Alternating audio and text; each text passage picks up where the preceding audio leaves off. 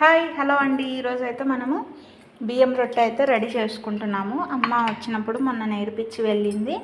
బియ్యం పిండి తీసుకోవాలి, మనకి రొట్టెలకి తగినంత, కొంచెం జీలకర్ర, కొంచెం కొత్తిమీర ఉంటే కొత్తిమీర వేసుకోవచ్చు, లేదంటే స్కిప్ చేయొచ్చు. ఒకటి ఎర్రగడ్డ, చిన్నగా కట్ చేసి పెట్టుకున్న ఎర్రగడ్డ, ఇది పచ్చికారం, మనకు కావాల్సినంత. ఈ పచ్చిమిరపకాయలు చాలా ఘాటుగా ఉన్నట్టున్నాయి, మిక్సీ కాడిస్తేనే ఘాటు మసాలానికంటింది అనమాట. అందుకని కొంచెం కాబట్టి పిండి 1-2 రొట్టెలకే కాబట్టి నేను కొంచెమే చూసి వేసుకుంటా అనమాట. మళ్ళీ కావాలంటే వేసుకోవచ్చు. ఎక్కువ వేసేసినాను అనుకో మరి కారం రొట్టె కదా, ఎట్లయినా కారం రొట్టె కదా. బియ్యం పిండి, సాల్ట్, కొత్తిమీర, జీలకర్ర, ఎర్రగడ్డ, పచ్చికారం అన్నీ వేసి ఇలా బాగా కలపాలి. బాగా కలిపిన తర్వాత కొన్ని వాటర్ వేసి తగినంతగా,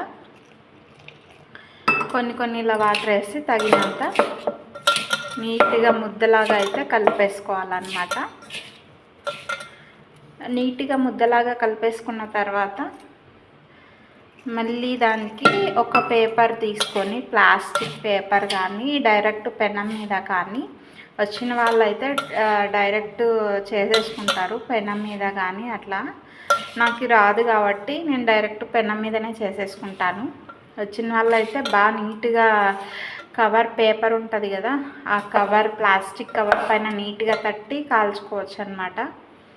మనకి అన్ని వంటకాలు రావు కదా, అందుకని చెప్పేసి మనం డైరెక్ట్ పెనం పెట్టేసి డైరెక్ట్ పెనం మీదనే చేసుకుంటాం అన్నమాట.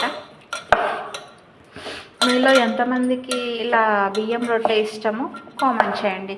షాప్ నుంచి వచ్చిన తర్వాత మళ్ళీ రైస్ చేసుకొని తినాలంటే ఇంకా మార్నింగ్ రైసే తినింటా, ఆఫ్టర్నూన్ రైసే తినింటా కదా. అందుకని చెప్పేసి ఇలా బియ్యం పిండి రొట్టె కానీ, ఉప్మా కానీ నైట్ టైం ఏదో ఒకటి చేసుకొని కొంచెం కానీ తింటా అన్నమాట.